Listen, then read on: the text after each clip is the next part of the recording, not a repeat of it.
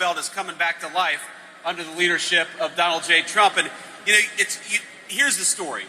You drive down the road, you drive past a beautiful factory, and you know someone who built a life in that factory. You know a grandfather, a father, a cousin, an uncle, somebody whose American dream was provided by the wages and the dignity built in that factory. And just as sure as you knew somebody who built a life in that factory, you remember the day that it was announced that that factory was going to close its doors. And it almost seemed like a week after that factory announced it was going to close its doors, another factory in Mexico or China or somewhere else in the world, that factory was going to open up. And we're all smart enough to realize exactly what was happening. Every time they closed a factory in our hometown, another factory opened up in a foreign country. And if you were anything like me, you'd ask, why the hell is this happening?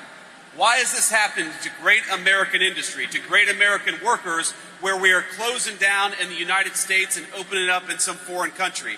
And the answer, my friends, is because we had a generation, and I hate to say it, it was in both parties, a generation of failed politicians who rewarded businesses for opening up factories overseas and penalized businesses for building right here in the United States of America. And under the leadership of Donald J. Trump, we have turned that stupid logic right on its head. We are going to reward companies for investing in the United States of America, and we're going to punish companies for building in China and Mexico.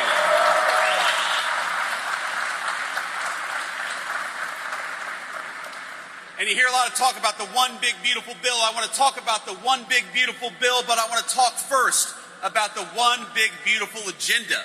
Because it didn't start with a piece of legislation that was passed by Congress a couple of weeks ago. It started when Donald J. Trump took office and said, you know, if you want to build something in Mexico or China or some other foreign country and dump it into the United States of America, you are going to pay a big fat penalty. You're going to pay a tariff before you dump these products into our country. And you know what that did? That put the entire world on notice that America was back. And if you wanted to build and invest in America, you were going to be rewarded. But if you wanted to build and invest somewhere else, you were not going to be rewarded. And that put the entire world on notice. And it had to happen. Because for 40 years, while those great American factories closed their doors, we know what went right along with them. It was great American jobs, it was great American dignity, and it was great American wages. And we know that because we're making smarter decisions in Washington, D.C., we are going to reward all of you for the great work that you're doing, and we're going to reward American companies for investing in American workers, not foreign workers, for a change.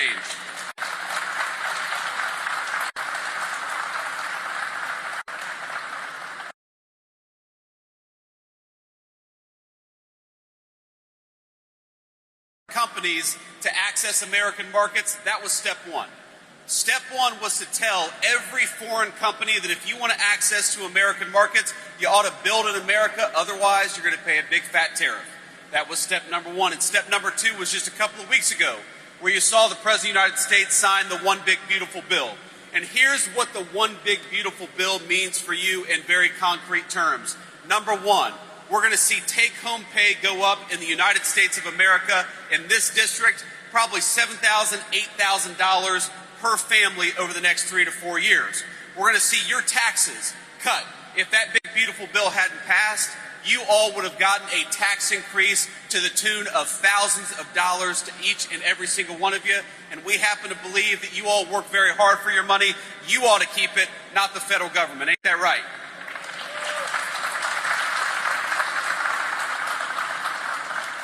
That one big beautiful bill makes it easier to invest in American energy and American energy workers, because if you want to build and manufacture great American steel, we all know that it helps to have cheap, reliable American energy to build that steel with. So we're going to invest in American energy workers. We're going to drill, baby, drill. We're going to stop buying oil and gas from foreign countries, and we're going to buy it right here at home in Ohio and Pennsylvania.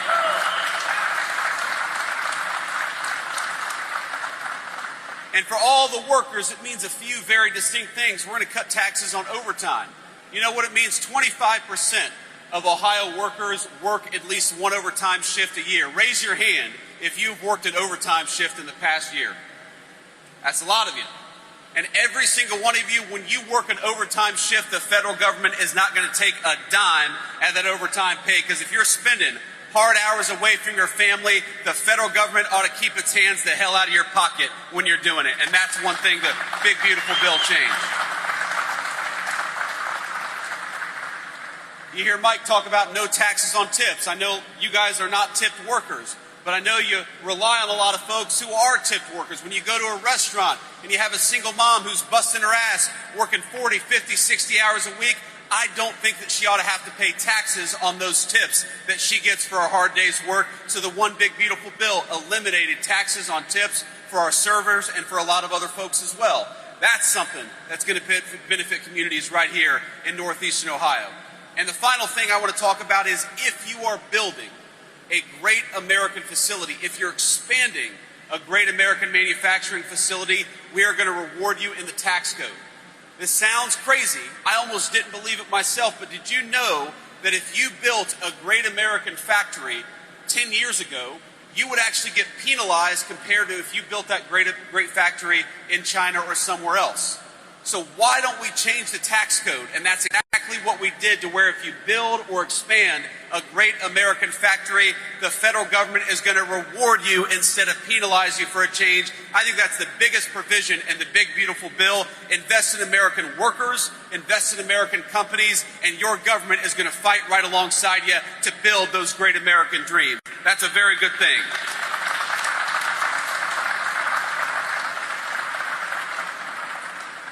And you know, in some ways, my friends, it's so simple. It is so simple. You need a government that works for you for a change. You need a government that makes it easier for your employers and for yourselves to invest and build wealth right here in the United States of America. You need a government that makes your life easier and not harder, and that's what the Trump administration is committed to doing every single day. So I'm going to talk one more thing about the big, beautiful bill, because even though it doesn't touch on manufacturing, it doesn't touch on this beautiful steel mill that we're sitting in right now, it does matter to each and every one of you, and that is border security. How many of us know somebody who has lost a relative, a son or a daughter, a mom or a dad, to the fentanyl that the Mexican drug cartels bring into this country, to the poison that we allow foreign criminal organizations to bring into our country? And so the big, beautiful bill includes billions and billions of dollars to secure our border, to deport those criminal migrants, and to allow the United States to take control of its country once again and kick those drug cartels the hell out of the United States of America. That's a very important thing, too.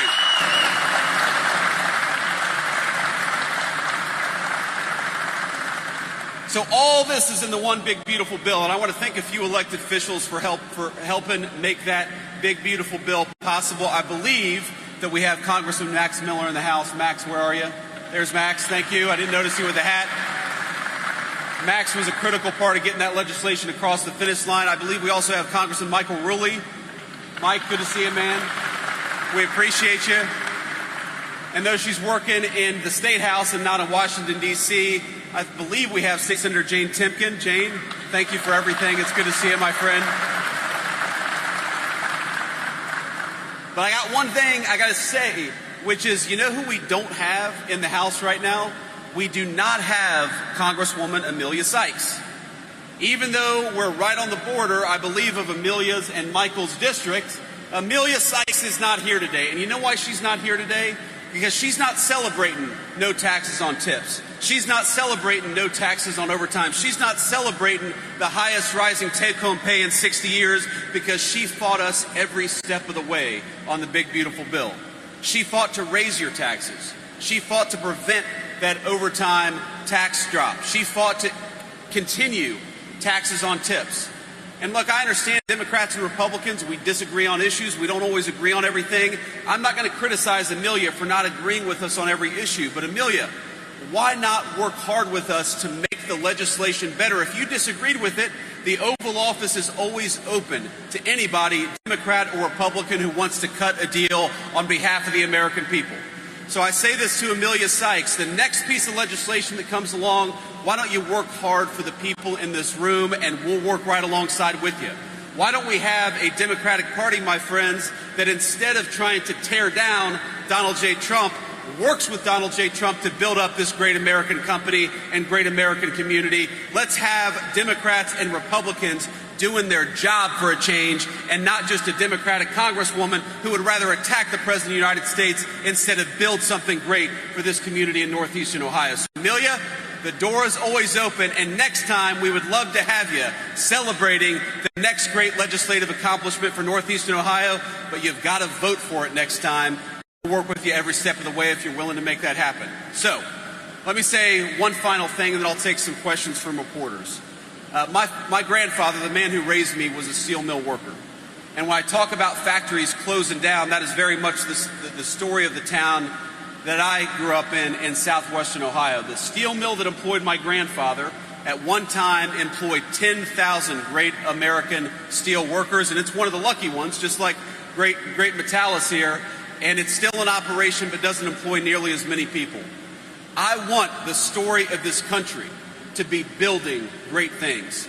I want the story of this country, whether you're a college-educated worker or a non-college-educated worker, I want you to be able to have a dignified job in your community. If you've got a grandchild or a child who's graduating from college or graduating from trade school, I want them to be able to build a great life right here in northeastern Ohio. How many of us know relatives who've moved away from these great communities because they felt like there wasn't a good life to be built here? Under Donald J. Trump's leadership, here's what I commit to you. We're going to fight every single day to help you build the kind of life that you're proud of, to make sure you've got a dignified job, and make sure that you're paid an honest day's wage for an honest day's work. It is time for you to have a government that works for you instead of against you for the next 3.5 years the Trump administration promises. That is exactly what we're going to do. Thank you. God bless you. Thank you for the work that you do, and thank you for having me here in northeastern Ohio. God bless you all.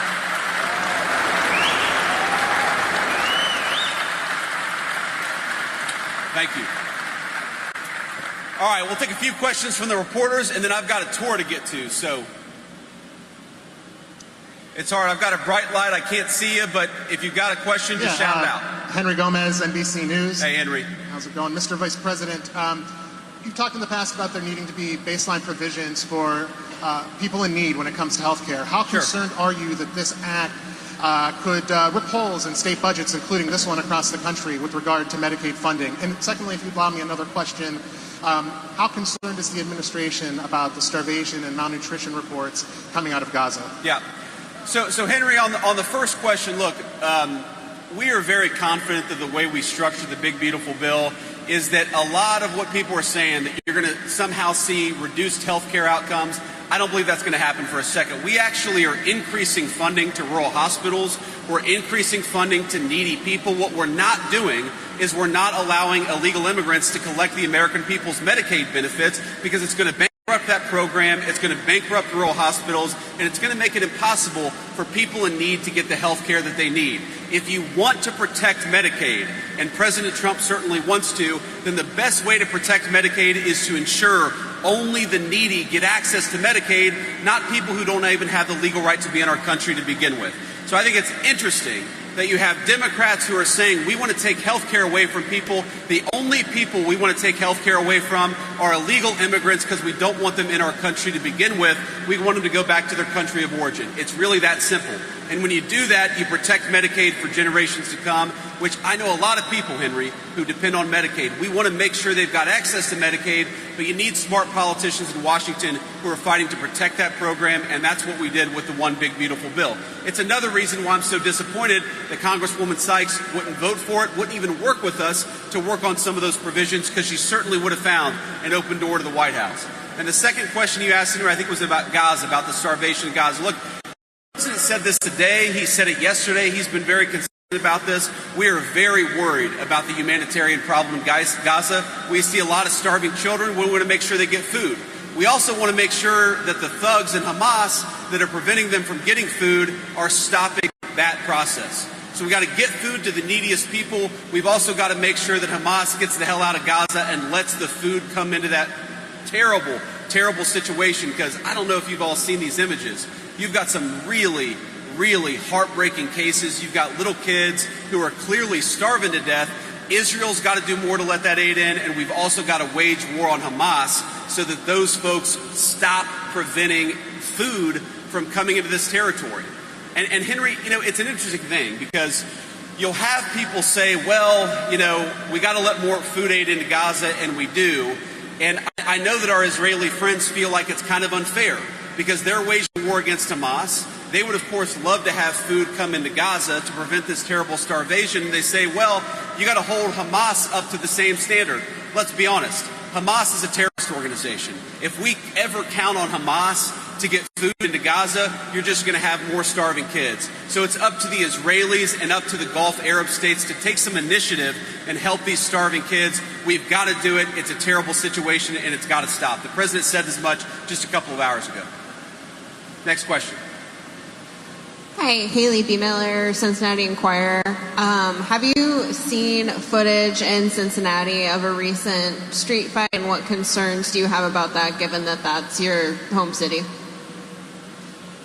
You said a street fight in Cincinnati? I have not seen this. Sorry, give me a little more background, Haley. I'm not sure about this. There was a group of people who attacked a couple folks on the street in Cincinnati. Senator Bernie Moreno, some others have spoken out about it, have been critical of it. Okay, yes. So what I saw, and I haven't seen the full context, but what I saw is a mob of lawless thugs beating up on an innocent person, and it's disgusting. And I hope every single one of those people who engage in violence is prosecuted to the full extent of the law. And they will be. They will be so long as law enforcement in the state of Ohio takes their job seriously. I know Dave Yost cares a lot about these things. But yeah, I actually, you're right. Bernie did send me a clip of this, and we talked a little bit about it. I don't know the full context. I don't know how the fight started. But the one part that I saw that was really gruesome is you had a grown man who sucker punched a middle-aged woman. And where I come from, at least, when you have a grown man who sucker punches a middle-aged woman, that person ought to go to jail for a very long time. And frankly, he's lucky there weren't some better people around because they would have handled it themselves. But if they're not going to handle it, the cops in Cincinnati, the law enforcement, you've got to prosecute people. We've had way too much lawlessness on the streets of great American cities. How many of you all have wanted to go to downtown Akron or downtown Canton or downtown Columbus for a meal, but you're worried because the local authorities in these big cities have allowed lawlessness to run wild? We have got to make great American cities safe again for families and children. If you want to take your wife or your children out for a meal, you shouldn't be worried about street violence. And the only way to destroy that street violence is to take the thugs who engage in that violence and throw their asses in prison.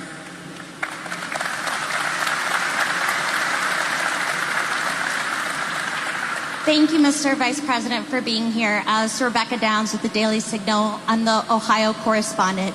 And I noticed you had a message for Amelia Sykes. Representative Marcy Kaptur is another congresswoman in Ohio who is very vulnerable for re-election. I'm wondering if you think their vote against this bill will come back to hurt them in the midterms, and also if you could speak to how the Republican Party is using the bill to help them in the midterms for 2026. Well, I think the way Republicans are using it to help us is pretty simple. We think this is a great bill for the American people. We think it's great for the incredible American workers that I see smiling up at me right now. They're getting a little hot, I can tell, but we're having a good time, and the bill is good for them. And so it's going to help us because when you help people, when you give people a tax cut, when you lower taxes on overtime, I believe the people reward you with their votes. That's what it's all about. If you go to Washington, you make some promises and you keep those promises, that's how you earn people's trust. That's how you earn people's vote. And that's what I think is going to benefit the Republican Party because we made those promises. We said we're going to cut taxes on tips. We said we're going to cut taxes on overtime. We said we were going to penalize foreign nations and foreign corporations for taking advantage of American workers, and that's exactly what President Trump has done, and I hope that people will reward us for it. But yeah, anybody who voted against it, I think they ought to pay a penalty because they voted against all those great things for the people of Akron and the people of northeastern Ohio. You know, Marcy's, I guess her district is in northwestern Ohio, but you've got a lot of manufacturing and a lot of energy workers in northwestern Ohio that would have benefited from her yes vote. And here's the last thing I'll say about this. The craziest thing is, if you're a Democrat and you don't like this legislation, then come and talk to us. make some proposed changes. Tell us, this provision isn't so good. We'd like to change it a little bit, and if we change it, then I could get to yes. This is the process of government. And these guys didn't even come to the White House and try to make their concerns known. They didn't try to make the legislation better. They just attack. All they care about is impeaching Donald J. Trump. They don't care about whether your groceries go down.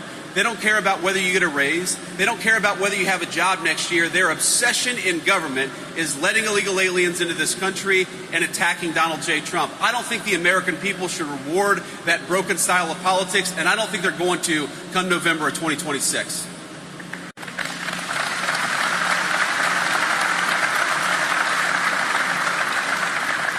Hi, Mr. Vice President. Julie Carr-Smythe from the Associated Press.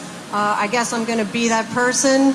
There are some protesters outside accusing the GOP of protecting pedophiles, and we're wondering what you think are the reasons the U.S. government should shield the client list of Epstein from the public, and what you have to say about any relevance to that here today. Well, let me say just a couple of things. First of all, the president has been very clear. We're not shielding anything. The president has directed the attorney general to release all credible information and, frankly, to go and find additional credible information related to the Jeffrey Epstein case. He's been incredibly transparent about that stuff, but some of that stuff takes time. You've got to assemble that stuff. You've got to compile that stuff. You've got to redact some victims' names so that you protect the victims. But the president has been very clear. He wants full transparency. He's asked that from the attorney general, and I know, because I talk to her all the time, the attorney general is hard at work on that issue right now. But I think I got to make an observation that there's an interesting thing about this case that the American media seems to totally ignore. For 4 years, under Joe Biden's Department of Justice, the media didn't give a damn about the Epstein files or about the Epstein case. For literally 20 years, the story about this scumbag, and he is a scumbag pedophile, Jeffrey Epstein, he's dead now, but for 20 years, you had Obama and George W. Bush's Department of Justice go easy on this guy. They didn't fully investigate the case. They didn't show any curiosity about the case. And now Donald J. Trump is asking his Department of Justice to show full transparency. And somehow that's a criticism of Donald J. Trump and not Barack Obama and George W. Bush. If you want to criticize the people who aren't showing full transparency, you ought to go after the administrations that went easy on Jeffrey Epstein, the administrations that concealed this case for 20 years, and the administrations that failed to show full transparency. Donald J. Trump, I'm telling you, he's got nothing to hide. His administration has got nothing to hide, and that's why he's been an advocate for full transparency in this case. He's going to keep on being an advocate for full transparency, but while we're focused on that case, Donald J. Trump is also worried about making sure these great workers get more take-home pay and better jobs, and that's the focus of the administration. Thank you.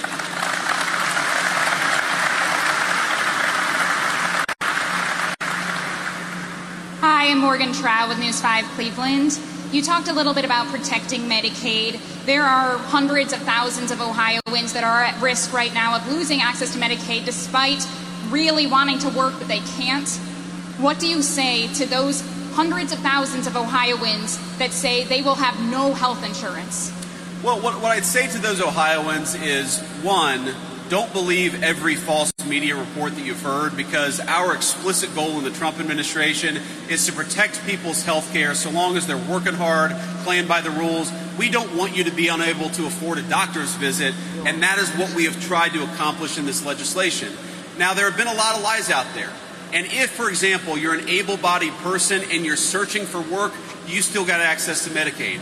If you're a single mom and you need access to that health care to make sure your kids can go see a doctor, you're still going to have access to that Medicaid. Who's not going to have access to that Medicaid is people who are in the United States illegally and people who refuse to even look for a job.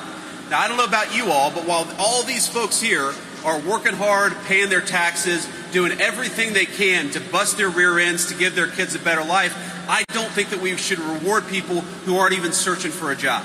And I think that's a very simple principle, that so long as you're trying to get a job, so long as you're in this country legally, we're going to make it possible for you to afford a doctor. That is the principle that drives us, and that's the principle that you're going to see in the Trump administration's policy over the next 3.5 years. So what I'd say to people is, if you're looking for work, we're going to help you look for work. If you're looking for a job, we're going to try to make it so there are better jobs available to you. But so long as you're working hard or trying to find a job, you are not going to suffer because of this policy. That's our commitment to you, and that's what we're going to fight to make happen.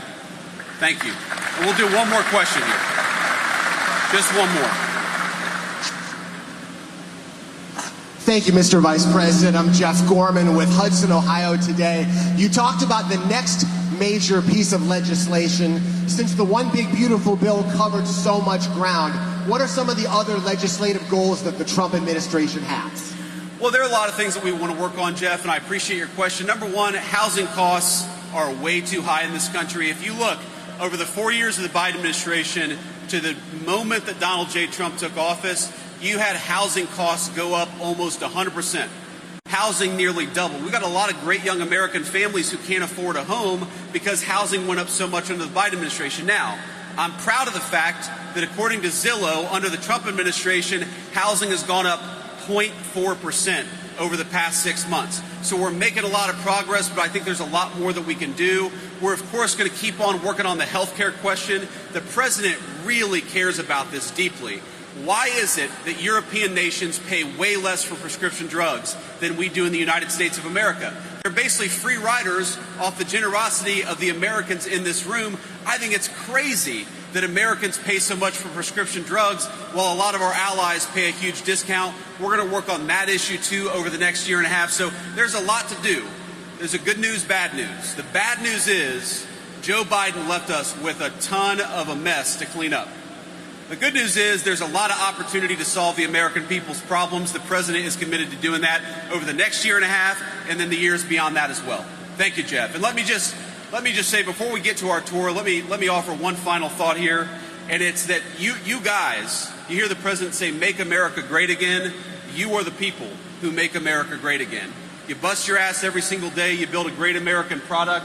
I was talking to Mike and some of the senior staff just before I got out here, and they told me about this new furnace you're building that is going to build it's going to build the components that go into 155 millimeter artillery shells. So you all, by taking your craft seriously, by working hard, by doing a diligent job, you're going to make it so that the people who keep us safe have the weapons necessary to make our country safe and to save their own lives in the process. That's an amazing thing. That's an amazing legacy for you to take home to your children and be proud of. I hope that you are as proud of the work you do as I am of you, and I'm proud to be here today. God bless you guys. Keep at it. Love you.